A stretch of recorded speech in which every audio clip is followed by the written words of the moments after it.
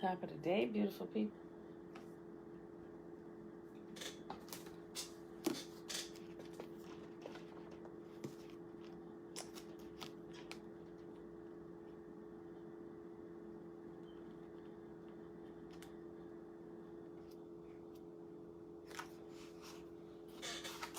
My little bookmark is missing.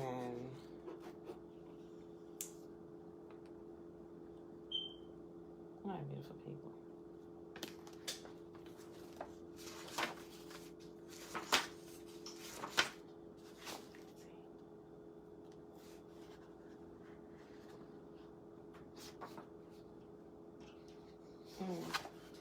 No. 14, 118. I put no bookmark in here. Top of the day, beautiful people. Avon, blessings, blessings. I don't know if I mistakenly knocked it out or what's somewhere else. Okay, beautiful people. Happy Wednesday. It is December the 1st, 2021.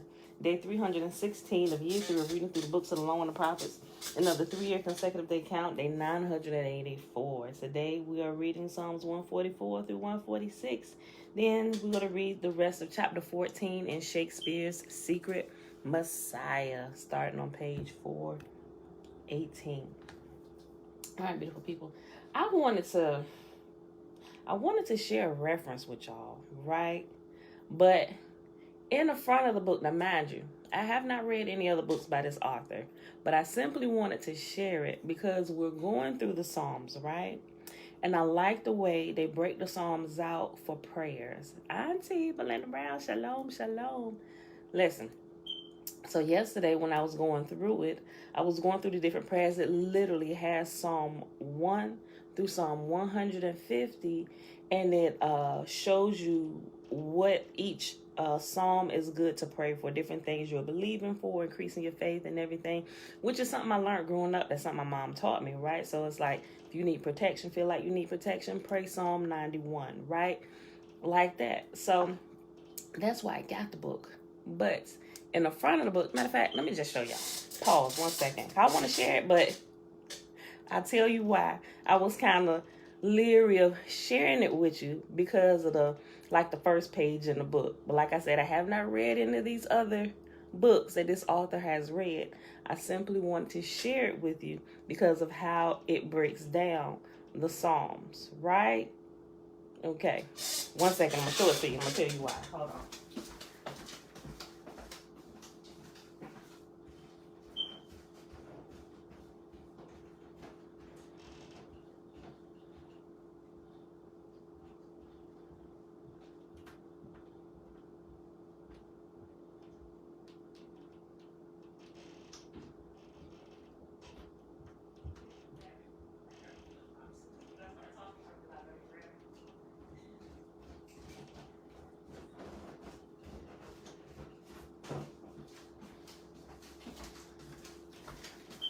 Okay, y'all. Yahuwah is one, peace and blessings. Listen, okay. It's called Powers of the Psalms. 375 ways to use Psalms, right? This is what it looks like. Now, I do know that this book, you see it on Facebook? I do know that this book is also floating around or being passed around in the occultic world, right?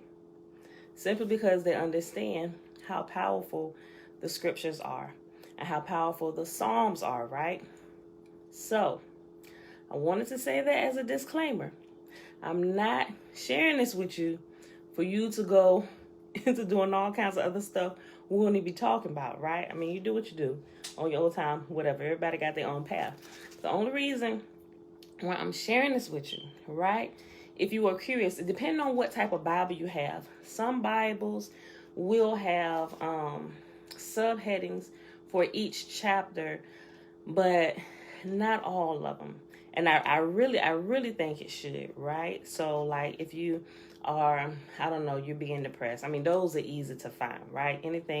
Almost anything that King David wrote, there's a prayer, an outcry, a prayer of despair for Yah to lift you up out of your disparity, right? Let me share with you. Maybe, hold on. First we should, I know I started talking about it. Let me just share with you. Okay, so the reason why I said this author is by Anna River. And she's the author of 1, 2, 3, 4, 5, 6, 7, 8, 9, 10, 11, 12, 13. 13 other books, right? 12 other books. 13 including this one. But some of those other books are more so catered to the occultic world, right? Because some of them are on candle burning. Some of them are on herbal spell books and secrets of magical seals and stuff, right? I ain't gonna read all of them. The titles are all of them, but I'm just letting you know that that's there. I have not read those books. I don't know what's in those books, but I do know the power of Psalms, and I know what's in here. And I thought this was a good guide simply for prayer reasons, right?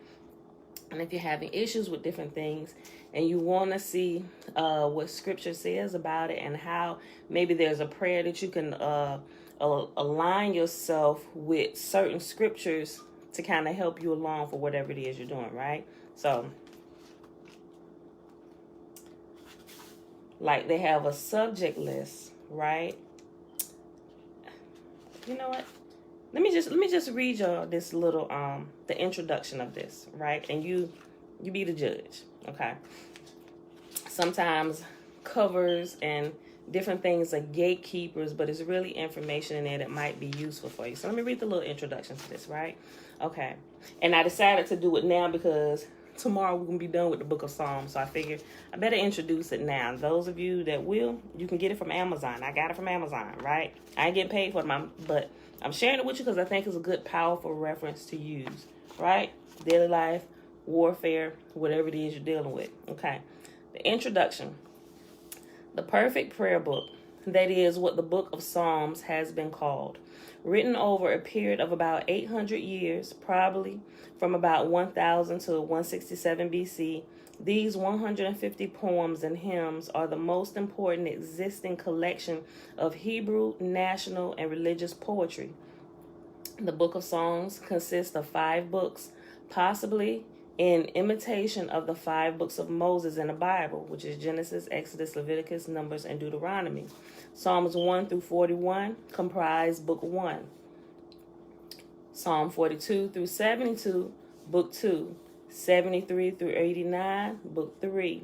90 through 106, Book 4. And 107 through 150, Book 5. And we're currently in Book 5. We're literally about to end it, right? Tomorrow. Each of the first 4 books end with a doxology, an expression of praise to God. Psalm 150 serves as this for Book 5.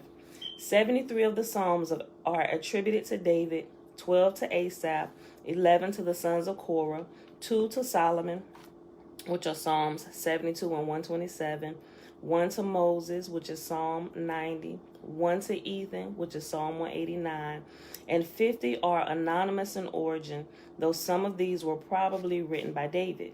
The Psalms contain the shortest, the longest, and middle chapters of the Bible.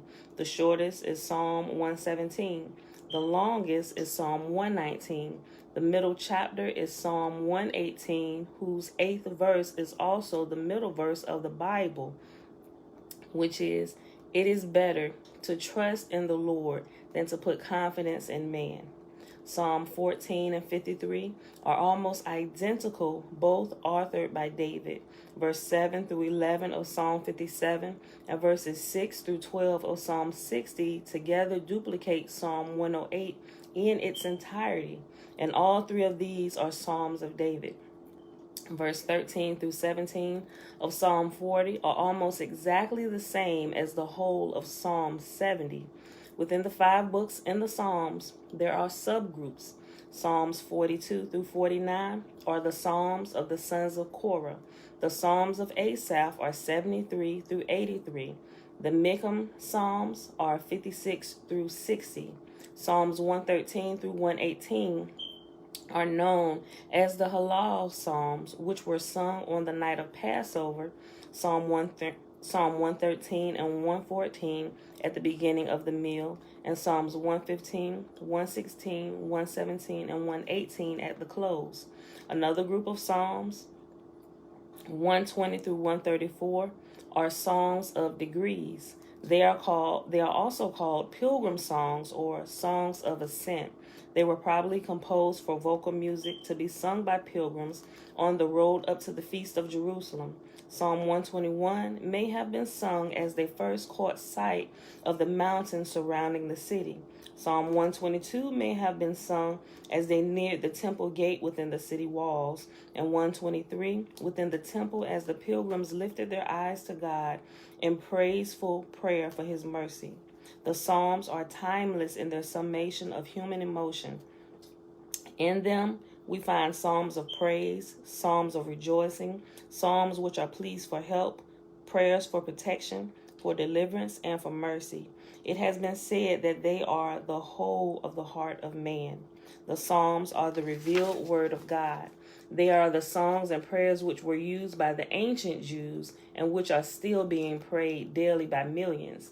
David sang his devotions to God under any and all circumstances, whether the occasion was joyous or terrifying. He was always asking God for something and thanking him for the answers to his prayers.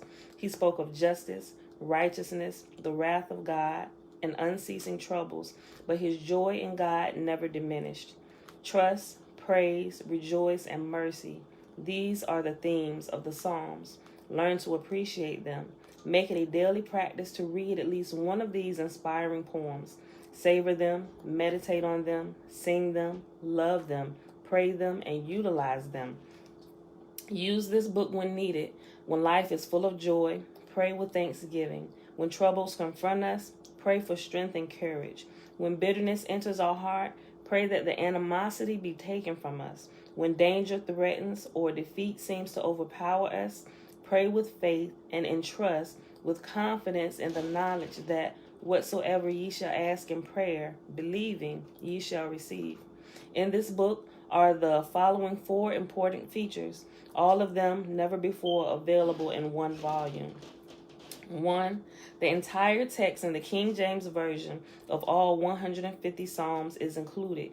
There is a Psalm index so that the one you want can be easily found. And I'm going to read over that real quick too so y'all can see. And then y'all think about it and choose whether or not you want to get it in and use it as one of your tools of prayer and devotion. Number 2, there is a short subject list of some general and most used objectives for quick reference use to find an applicable psalm for that purpose. Included in this list are suggested psalms for each day's morning and evening meditations. Number 3, beneath each of the psalms, there are one or more specific purposes or objectives for which a suggested prayer or manner of use is given. Among these many possible situations, there will surely be one which is suitable to your own particular problem or condition. Number 4, at the end of the book, there is an extensive index of over 320 purposes for which one may wish to pray a psalm. Read through the list to find the need which most closely resembles your personal objective. In this index, the psalm number is shown. Find the number for that psalm in the psalm index, or simply thumb through the book. The psalms are in numerical order, Psalm 1 through 150.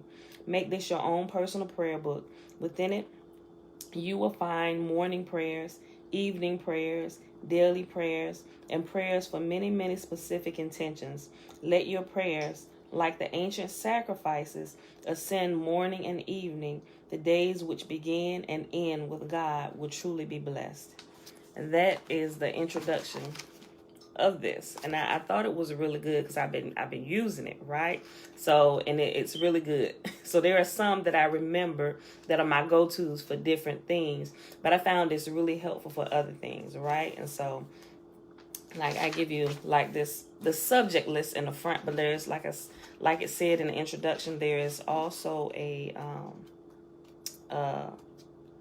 index in the back that goes into a bunch of different ones, right? So, matter of fact,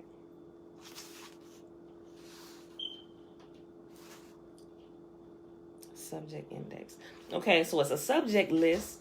It shows you, so like the daily prayers, like Sunday morning is Psalm 92. Sunday evening, Psalm 134. Monday morning, Psalm 19. Monday evening, Psalm 8.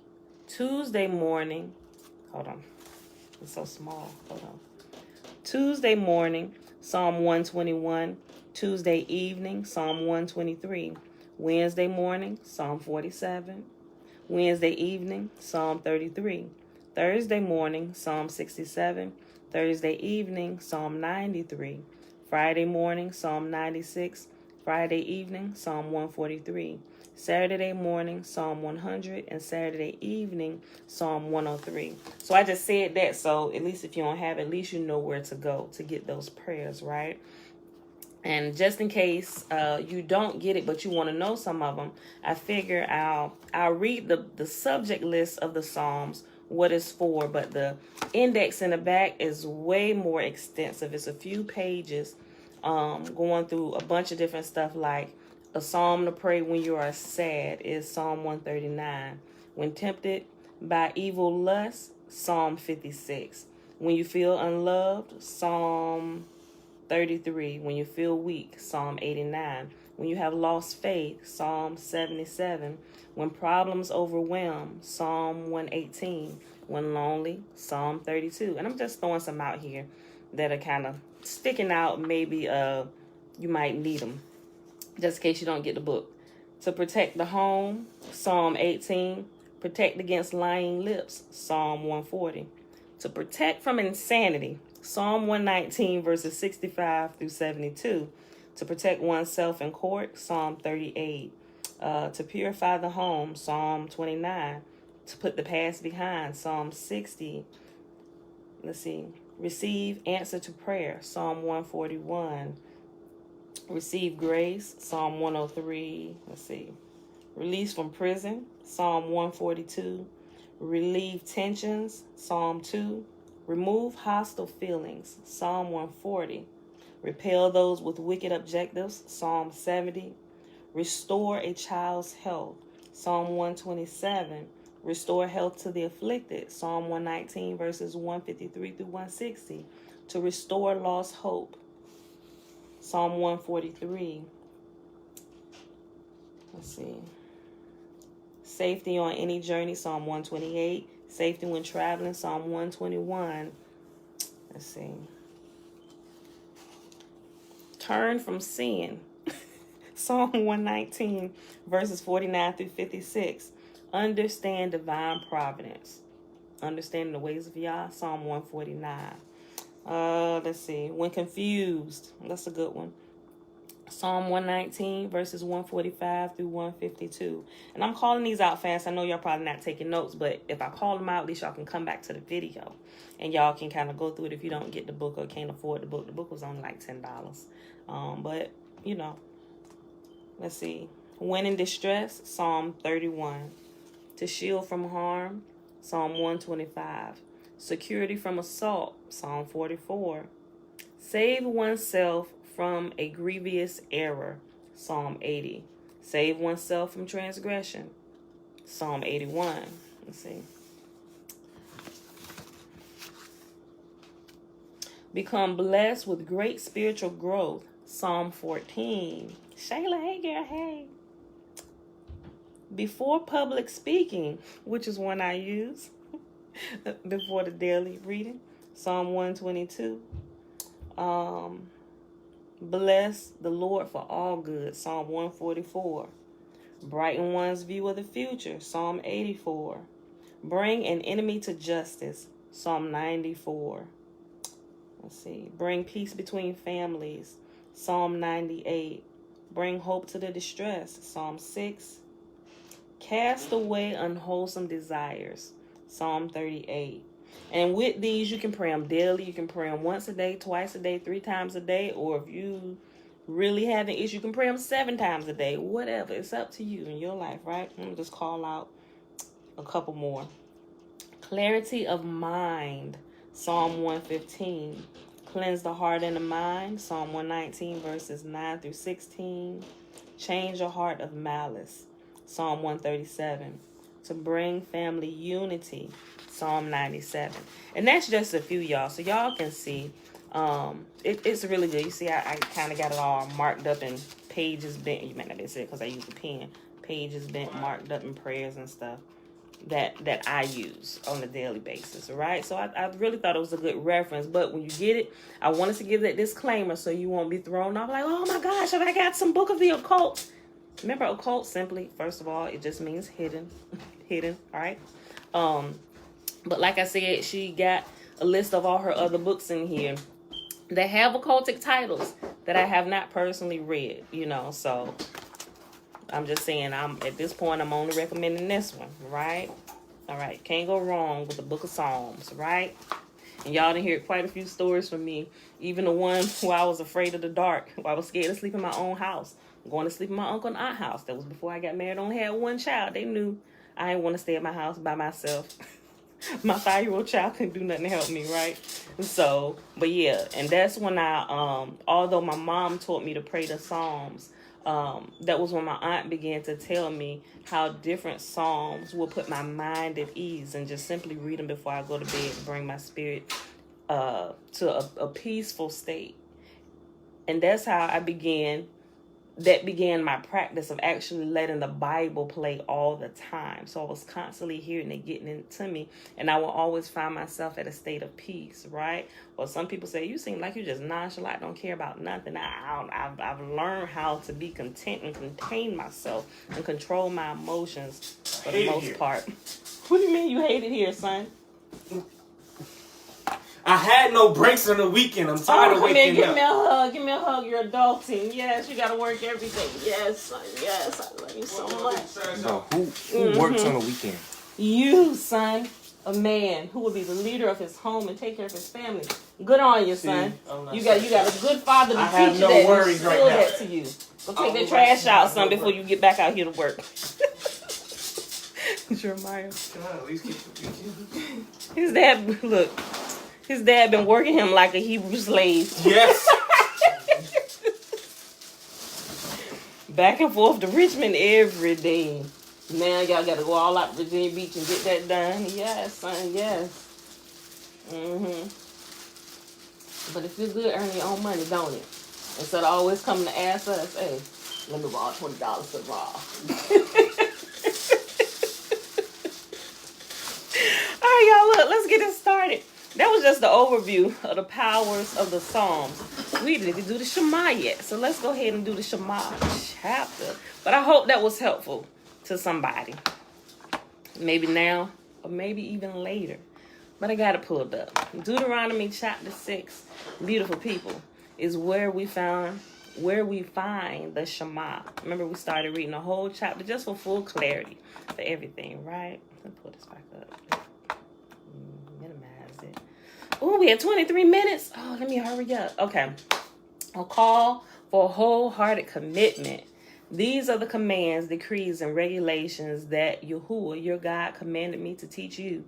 You must obey them in the land you are about to enter and occupy, and you and your children and grandchildren must fear Yahuwah, your God, as long as you live. If you obey all his decrees and commands, you will enjoy a long life. Listen closely, Israel, and be careful to obey. Then all will go well with you, and you will have many children in the land flowing with milk and honey, just as Yahuwah, the God of your ancestors, promised you. Listen, O Israel, Yahuwah is our God, the Lord alone. And you must love Yahuwah, your God, with all your heart, with all your soul, and with all your strength. And you must commit yourselves wholeheartedly to these commands that I'm giving you today. Repeat them again and again to your children. Talk about them when you're at home and when you're on the road, when you're going to bed and when you're getting up.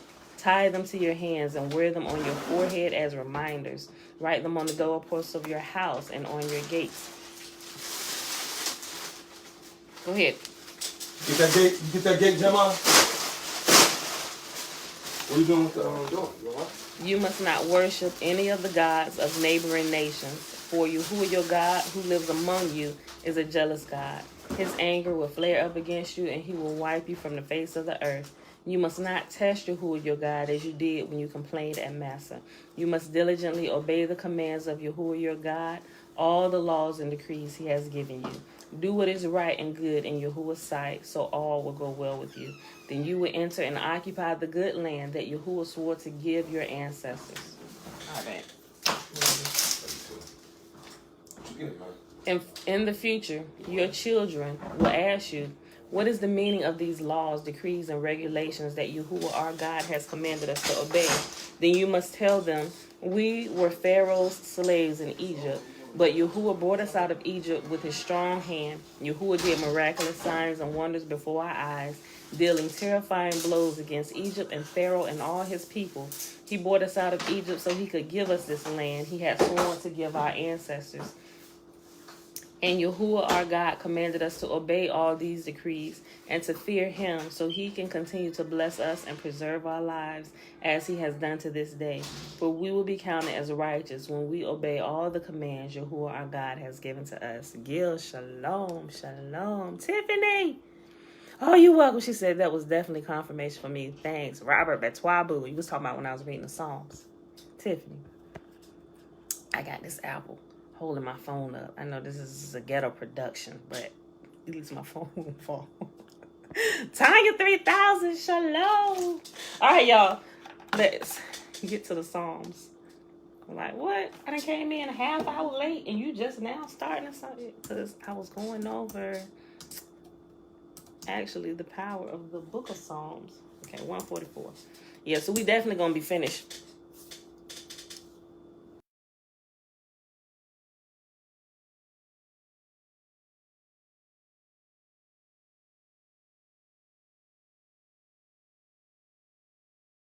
My hands for war and gives my fingers skill for battle.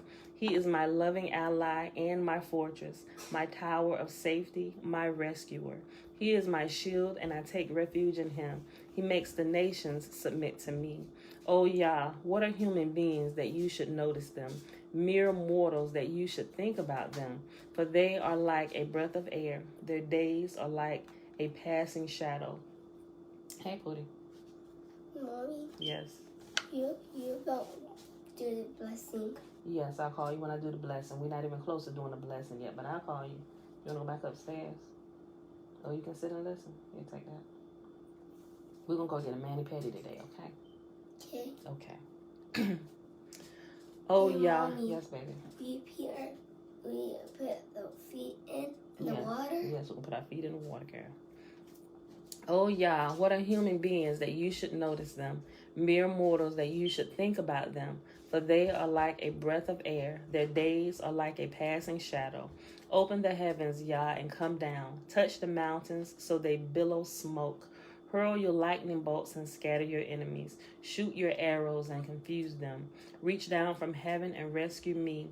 Rescue me from deep waters, from the power of my enemies. Their mouths are full of lies. They swear to tell the truth, but they lie instead. I will sing a new song to you, O God. I will sing your praises with a 10-stringed harp. For you grant victory to kings. You rescued your servant David from the fatal sword. Save me. Rescue me from the power of my enemies. Their mouths are full of lies. They swear to tell the truth, but they lie instead. May our sons flourish in their youth like well-nurtured plants.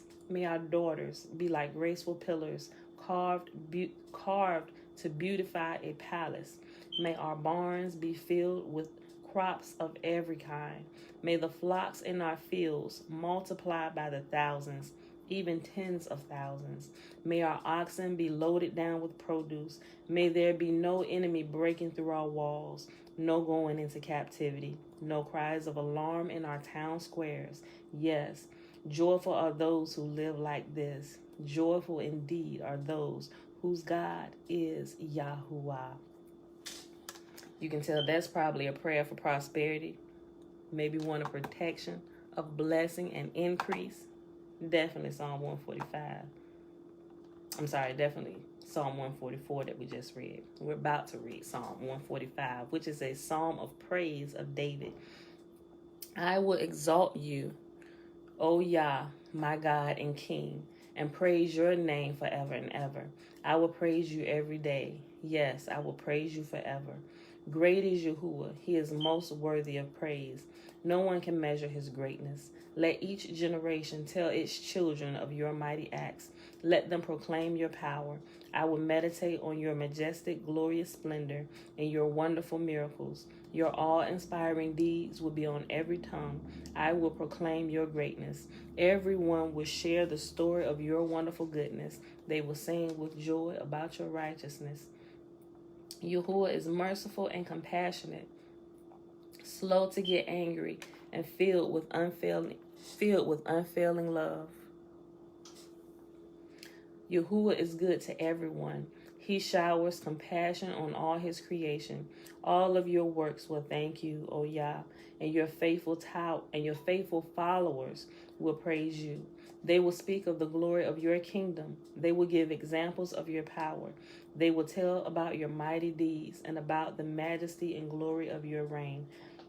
For your kingdom is an everlasting kingdom. You rule throughout all generations. Yahuwah always keeps his promises. He is gracious in all he does. Yahuwah helps the fallen and lifts those bent beneath their loads. The eyes of all who look to you in hope. The eyes of all look to you in hope. You give them their food as they need it. When you open your hand, you satisfy the hunger and thirst of every living thing. Yahuwah is righteous in everything he does. He is filled with kindness. Yahuwah is close to all who call on him. Yes, to all who call on him in truth. He grants the desires of those who fear him. He hears their cries for help and rescues them. Yahuwah protects all those who love him, but he destroys the wicked. I will praise Yahuwah, and may everyone on earth bless his holy name forever and ever. Last chapter for today, Psalm 146. Praise Yahuwah. Let all that I am praise Yahuwah. I will praise Yahuwah as long as I live. I will sing praises to my God with my dying breath. Don't put your confidence in powerful people. There is no help for you there. When they breathe their last, they return to the earth, and all their plans die with them. But joyful are those who have the God of Israel as their helper, whose hope is in Yahuwah their God. He made heaven and earth, sea and everything in them. He keeps every promise forever. He gives justice to the oppressed and food to the hungry. Yahuwah frees the prisoners. Yahuwah opens the eyes of the blind. Yahuwah lifts up those who are weighed down. Yahuwah loves the godly. Yahuwah protects the foreigners among us. He cares for the orphans and widows, but he frustrates the plans of the wicked. Yahuwah will reign forever. He will be your God, O Jerusalem, throughout the generations. Praise Yahuwah. That, my beautiful people, is our reading for today. That was Psalms 144 through 146.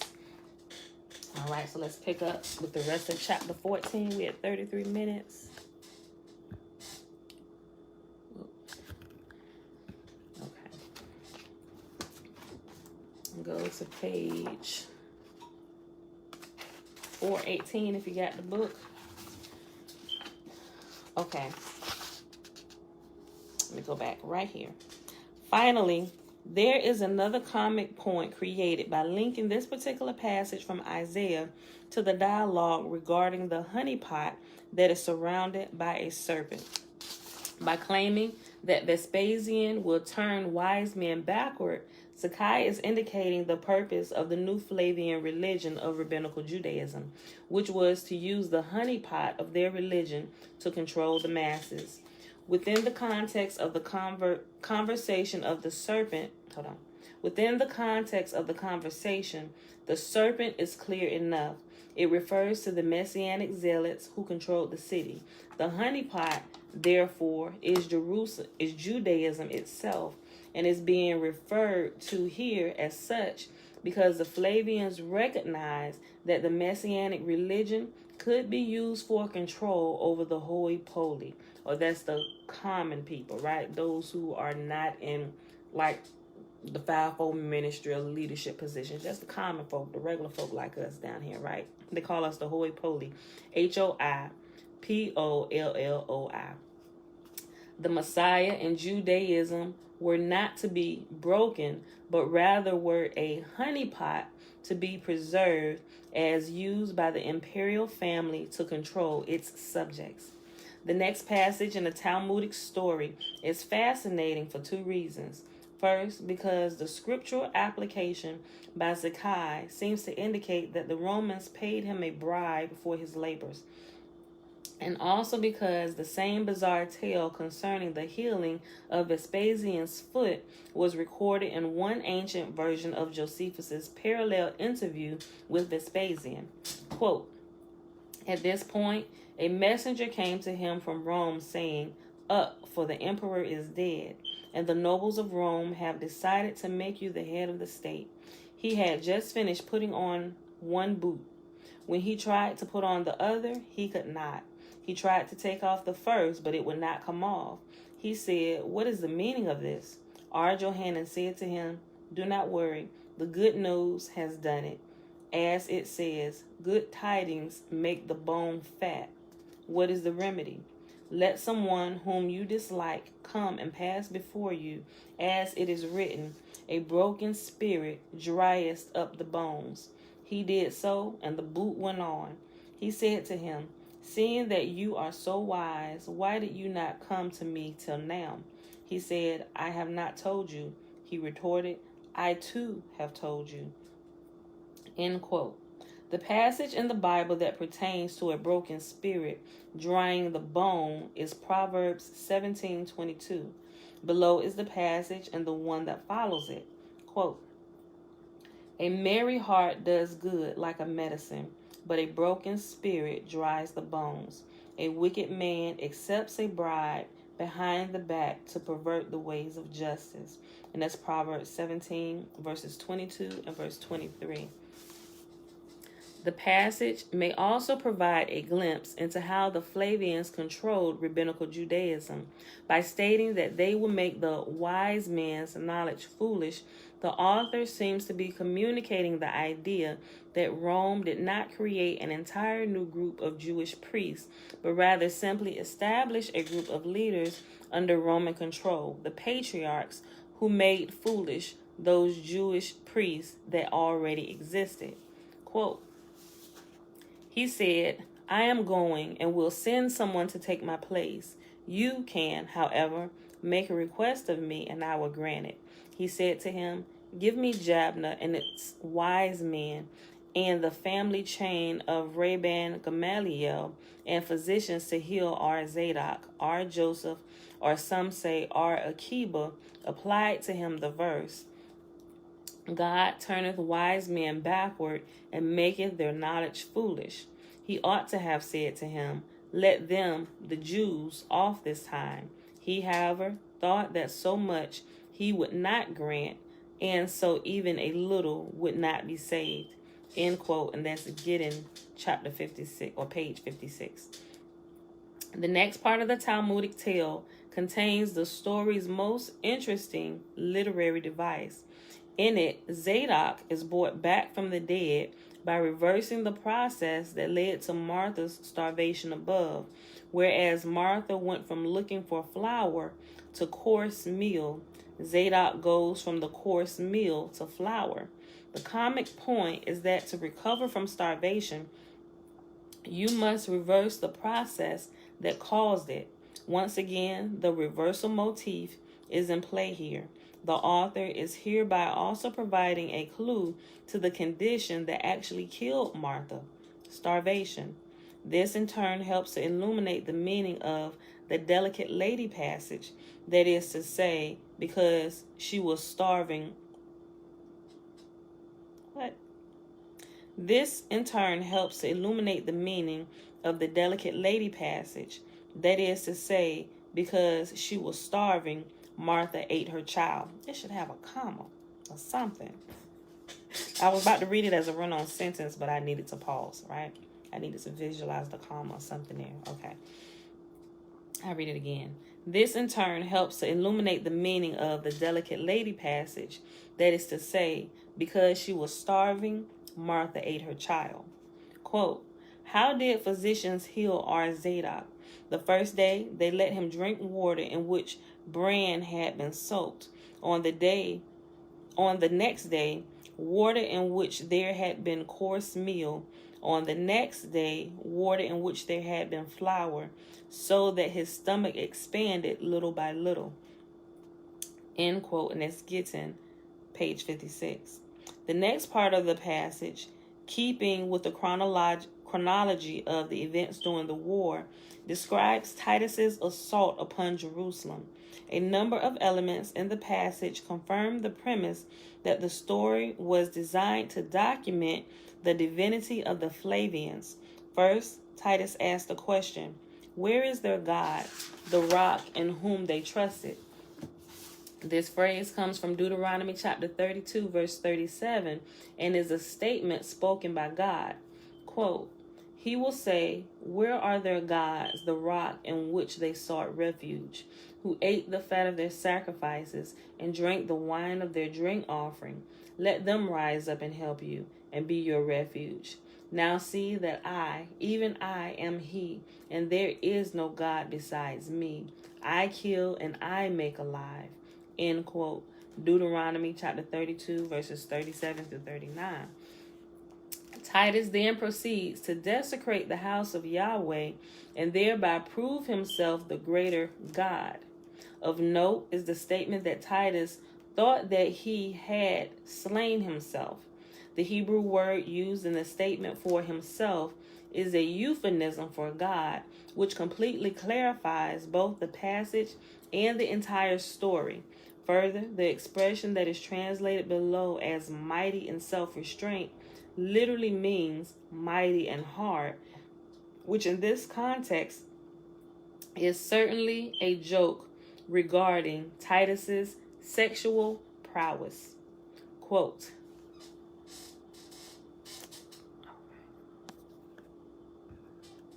sorry y'all, to keep make sure.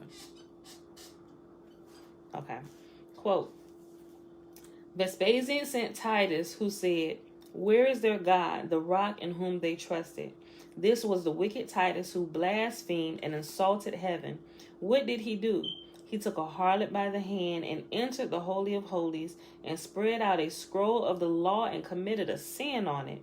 He then took a sword and slashed the curtain. Miraculously, blood spurted out, and he thought that he had slain himself. As it says, thine adversaries have roared in the midst of thine assembly. They have set up their incense for signs. What? I'm just sitting here thinking about what a way to desecrate the scriptures. Jeez.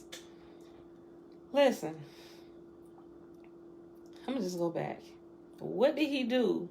He took a harlot by the hand and entered the Holy of Holies and spread out a scroll of the law and committed a sin on it. He then took a sword and slashed the curtain. Miraculously, blood spurted out, and he thought that he had slain himself. He should have. As it says, thine adversaries have roared in the midst of thine assembly. They have set up their incense for signs. Abba Hanan said, who is a mighty one like thee unto thee, O Yah? Well, it didn't say Yah, it says Jah. O Jah, who is like thee, mighty in self-restraint, that thou didst hear the blaspheming and insults of that wicked man and kept silent? In the school of our Ishmael, it was taught, who is like thee among the gods, or Elim, E-L-I-M, it's gods, and the Hebrew word for gods, Elim. Who is like thee among the dumb ones, Ilim, Il-Imin, I-L-L-E-M-I-N. Titus further took the curtain and shaped it like a basket and brought all the vessels of the sanctuary and put them in it, and then put them on board ship to go and triumph with them in his city. As it says, And withal I saw the wicked buried, and they that come to the grave, and they that had done right went away from the holy place, and were forgotten in the city. Read not Kiburim, Keburim, or buried, but Kibuzim, collected. Read not Veish Tekkehu, and were not forgotten, but Veish Ta-behu, and triumphed. Some say that Kiburim can be rescued, because even things that were buried were disclosed to them. End quote. And that's Gittin 56. No Jewish author would apply the words of God to a Roman about to desecrate the Holy of Holies, let alone from a passage that proclaimed the speaker to have no gods besides me. Given the known desire of the Flavians to become the God of the Jews, what other interpretation is even possible here that the author is proclaiming the divinity of the Flavians? The concluding satire contains the most concrete description of the Flavians' effort to control rabbinical Judaism. It describes an Onkelos who raises Titus, Balaam, and Jesus from the dead with help from a necromancer. In the version of the passage that we give below, Onkelos is described flatly as the nephew of the emperor Titus. In another version, it states that Onkelos was the son of Kolomikos, who was the son of Titus's sister. In other words, Titus's grandnephew. This description is important in that it depicts a genealogy known to historians.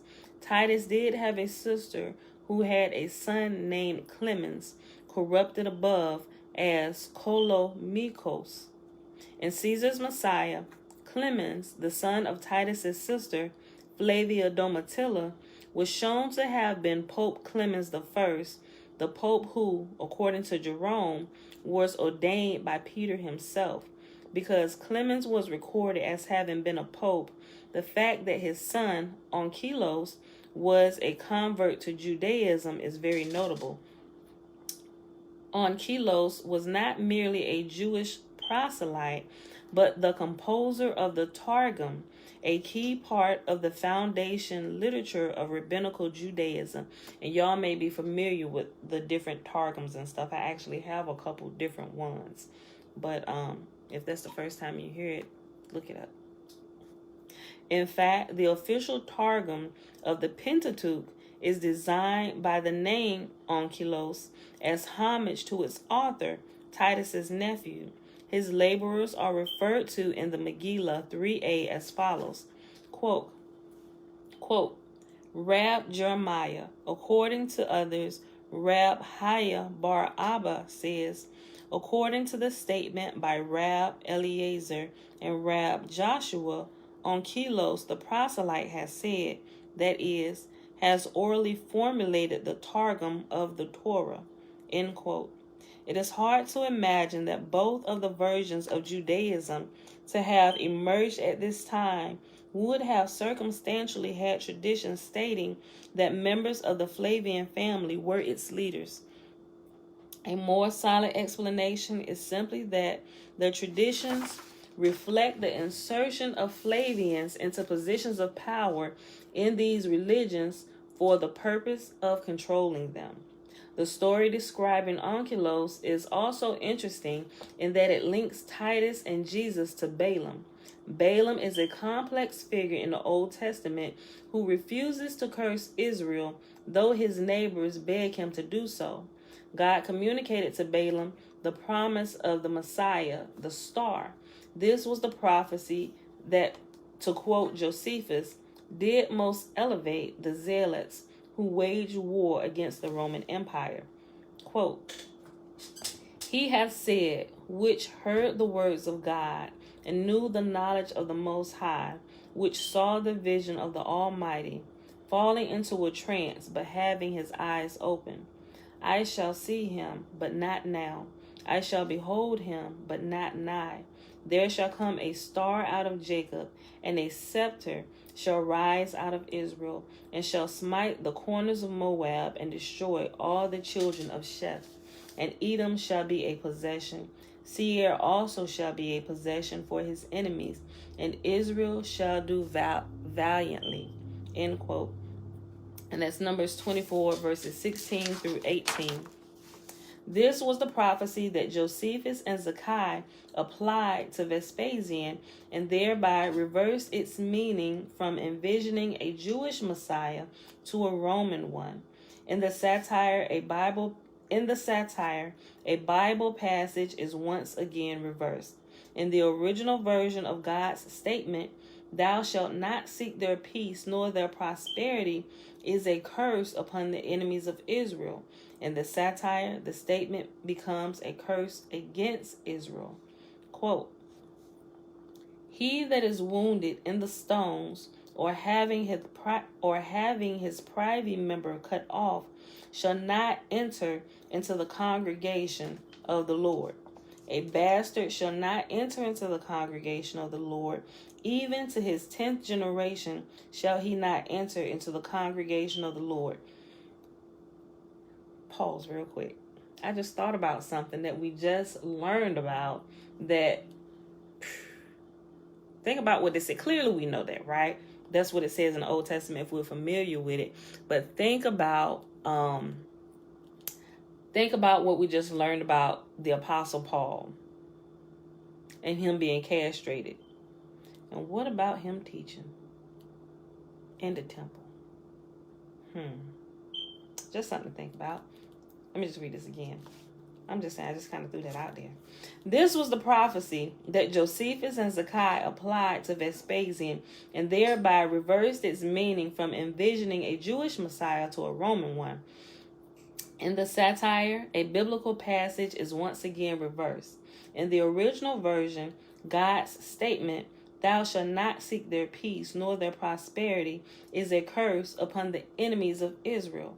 In the satire, the statement becomes a curse against Israel. Quote, "He that is wounded in the stones, or hath his privy member cut off, or his testicles crushed or cut off, castrated," that's what I mean. "He that is wounded in the stones, or hath his privy member cut off, shall not enter into the congregation of the Lord. A bastard shall not enter into the congregation of the Lord. Even to his 10th generation shall he not enter into the congregation of the Lord. An Ammonite or Moabite shall not enter into the congregation of the Lord. Even to their 10th generation shall they not enter into the congregation of the Lord forever.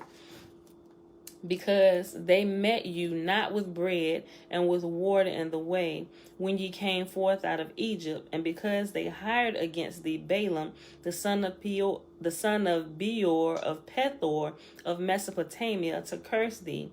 Nevertheless, the Lord thy God would not hearken unto Balaam, but the Lord thy God turned the curse into a blessing unto thee, because the Lord thy God loveth thee. Thou shalt not seek their peace, nor their prosperity all thy days forever." End quote. And that's Deuteronomy 23, verses 1 through 7. No, hardhead. I don't think that's what it means. So children out of wedlock can't get into the kingdom. Is that what that scripture means about a bastard child? Maybe I interpret that wrong. Laugh out loud. Yeah, I think that was kind of interpreted wrong. Yeah, I think that was interpreted wrong. Yeah, that was interpreted wrong. Let me keep reading though. Onkelos, son of Chilomus, was the nephew of the emperor Titus. Onkelos was thinking about becoming a ger, G-E-R, a convert to Judaism. So he went and, with the aid of a necromancer, raised his uncle Titus from the dead and asked him, Who is held in the highest regarding the other world? Titus answered, Israel. What then? Onkelos answered, would you say about my joining them? Said Titus, their observances are so numerous that it is impossible to endure them. Instead, go and attack the Jews in your world, and you will become master over them. As it is written, her adversaries are now masters. Lamentations 1:5. Whoever harasses Israel becomes a master of men. Next, Onkelos went and with the aid of a necromancer raised Balaam from the dead. He also asked him, "Who is held in the highest regard in the other world?" Balaam answered, "Israel." "What then," Onkelos asked, "do you say about my joining them?" Balaam said, "Thou shalt not seek their peace nor their prosperity all of thy days forever." Deuteronomy 23, verse 7, and Gittin 56 through 57. Then Onkelos went and with the aid of a necromancer raised Jesus from the dead. He asked him, "Who is held in the highest regard in the other world?" Jesus said, "Israel." "What do you say about my joining them?" Jesus said, "Seek their welfare, seek not their harm. Whoever touches them touches the apple of God's eye. Observe the differences in behavior between the sinners in Israel and the prophets among the nations of the world." End quote. And that's Gittin 57.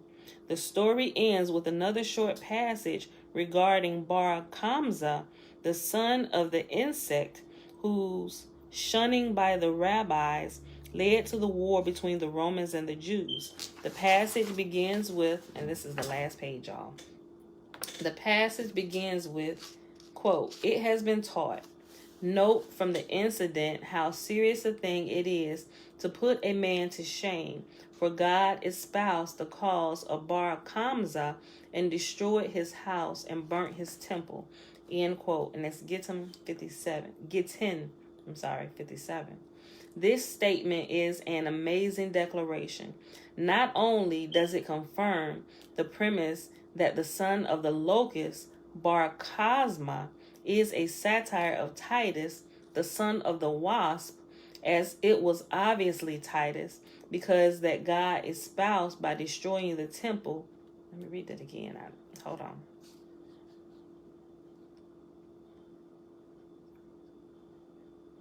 Okay. I gotta break the sentence up. This statement is an amazing declaration. Not only does it confirm the premise that the son of the locust, Bar Chazma, is a satire of Titus, the son of the wasp, as it was obviously Titus, I'm sorry. Let me start again. Okay. Titus is calls. Got it. Okay. This statement is an amazing declaration. Not only does it confirm the premise that the son of the locust, Bar Chazma, is a satire of Titus, the son of the wasp, as it was obviously Titus's cause that God espoused by destroying the temple, but it discloses the real reason for the war, the vanity of the Caesars. The entire Holocaust of the war and the creation of Christianity and rabbinical Judaism were brought about simply because of how serious a thing it is to put a man to shame. And have we not been put to shame with the shenanigans they taught us? Cedric, shalom. Yo, listen. The entire Holocaust of the war and the creation of Christianity and rabbinical Judaism were brought about simply because of how serious a thing it is to put a man to shame. When the man put to shame is megalomaniac.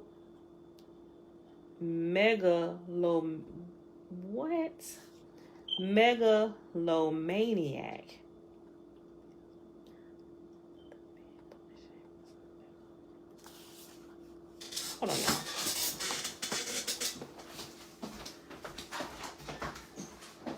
Oh my gosh, no, it was locked, but it wasn't closed all the way. Who got close your door?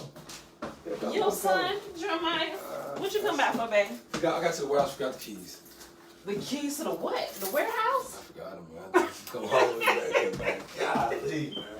I called in, so I'm right behind, so it is what it is. Okay. Tell Lynn I said hey. Oh, and these, you sent them to me, never mind. Debbie emailing me about the temps we used last week. They didn't send them timesheets? No, they did not. They ratchet up stuff there. It ain't, they're not as professional as their website look. But. So how did they know we gonna send them correct hours? Because we're honest people. I know we're honest people, but how do they know that? They don't. But, I mean, you know. What kind of operation are they running? Well, you know, I always give people more than enough. So, I mean, you can't complain about what I give you. So. Yeah, so. Because I give you more than enough. And you too. Ain't that right, Bella? Okay, let me finish this. We literally got a few more sentences. All right, man, I love you. Okay, babe. Love you too. All right. I was struggling over this word. Hold on. When the man put to shame is a megalomaniac with unlimited power, it can be very serious indeed. The passage goes on to note Titus's assault on Jerusalem. Quote, Onkelos, son of Kolomikos, was the son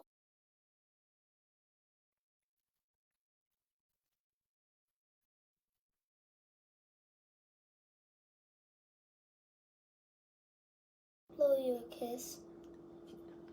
Dad just blew me a kiss. I miss it. But I actually kissed him though. Quote, Onkelos, son of Kolomikos, was the son of Titus's sister. He had a mind to convert himself to Judaism. He went and raised Titus by magical arts, and he asked him, who is the most repute in the other world? He replied, Israel. What then, he said, about joining them? He said, their observances are burdensome, and you will not be able to carry them out. Go and attack them in that world, and you will be at the top. As it is written, her adversaries have become her head, etc. Whoever harasses Israel becomes head. End quote. Gittim 56. And the last sentence of this chapter. These stories seem to have been placed into the Jews' canon by the Roman administrators of rabbinical Judaism to document the creation of the religion by the Flavians. I'm going to read that again. These stories seem to have been placed into the Jews' canon by the Roman administrators of rabbinical Judaism to document the creation of the religion by the Flavians. So not only did we find out that they created Christianity, but they also created rabbinical Judaism. And not only that, they created the Muslim faith too, right? Boy, I tell you, the rabbit hole gets deep. All right, beautiful people. So that is our reading for today. And right at an hour, even though I did like this long introduction with the Psalms, giving you the overview of it. And I'm going to put the link of this book if y'all want to get it. I'm going to give y'all the same link that I used to purchase mine. So if y'all want to get it, you can get it and have it in your own possession. I want to say, don't quote me, but I think it's a Kindle version. I think I saw a Kindle version because I'm going to go back and download it. I don't know for sure. I'll put both of them in if it's a Kindle if you want to download it to your phone. Kindles are always cheaper anyway. It's probably like $1.99, you know. So I'm not sure if you can afford the $10 or not for the actual printed version of the book. But, you know, if you can invest in it, I think it's a really good investment, but you really don't have to have it for real because you actually have the book of Psalms in your Bible. But I would recommend, and you don't really, for real, like you really don't. If you're able to decipher what the Psalms are, you really don't need this. You can just kind of go and you will know what Psalms to pray for, whatever it is that you're dealing with, and it's just as powerful. But I think it's a good guide for those that are kind of stumbling and don't really know or can't really decipher it yet. I think it's a good tool to use in the beginning until you're able to recognize some things automatically yourself. So, like I said, this is not a plug for nothing. I ain't getting paid for saying it. I'm just telling you what I found to be a good reference for me that helped me, right? So, if you missed the more detailed info about that, go back to the beginning of the video. It's like the first 20 minutes while I was going through it because we started at like 23 minutes. All right, y'all. But anywho, it is Wednesday, December the 1st, 2021, day 316 of year 3. A reading through the books of the law and the prophets, and of the 3-year consecutive day count, day 984. We read Psalms 144 through 146, and we read the rest of chapter 14 in Shakespeare's Secret Messiah, pages 418 to page 424. Tomorrow we begin chapter 15, which is the conclusion of this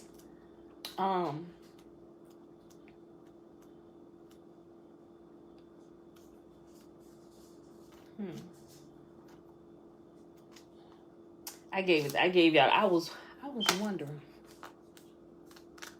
No, I'm not gonna do it as of right now. I was thinking we might just add this because this is really short, but it would be like we're going through the Psalms all over again. I mean, which is not a bad thing. It's 128 pages, y'all. I was just thinking about those who may not be able to really afford it for real. But like I said, either the printed or the Kindle version. Or maybe it's not available. Maybe you don't have the app or whatever. I don't know. But let me think about this, y'all. Let me think about this. Because it's literally going to be like we're going through all the Psalms one more again. Let me think about that. All right, beautiful people. Bella, we about to do the blessing to the baby. Move the books. Move the books. Can I move the books? Oh, you want to sit right here. Okay.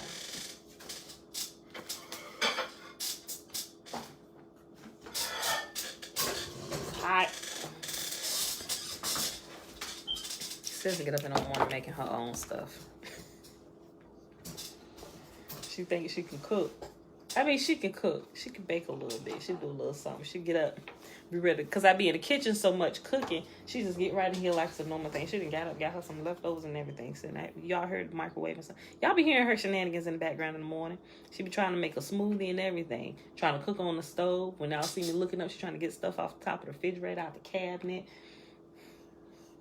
You're going to be a great cook, ain't you? All right, y'all. And I'm going to water the plants. You want to water the plants? Yes, you do a great job in helping keep our plants alive. Because God knows I done killed more plants than I want to admit to in my day. Just in the last year. I'm developing my green thumb, y'all. Now, why you just kill the plants? I didn't kill them on purpose. I was a little ignorant about what it took to keep them alive. Now that I'm understanding, I'm growing, and they're living a little bit longer, you know? All right, Pooh, come on. Remember, the blessing is found in Numbers Chapter 6, verses 22 through 27. All right. You done? Chew it up. And Yahuwah spake unto Moses, saying, Speak unto Aaron and unto his sons, saying, On this wise ye shall bless the children of Israel, saying unto them, Yahuwah will kneel before us, presenting gifts, and will guard us with a hedge of protection. Yahuwah will illuminate the wholeness of his being towards us, bringing order, and he will provide us with love, sustenance, and friendship. Yahuwah will lift up his wholeness of being and look upon us, and he will set in place all we need to be whole and complete. And they shall put my name upon the children of Israel, and I will bless them. All right, y'all. Love y'all. I will see y'all tomorrow morning, bright and early, 7:15 a.m. ish, Eastern Standard Time. All right. That's it. You got something to say? No? Peace.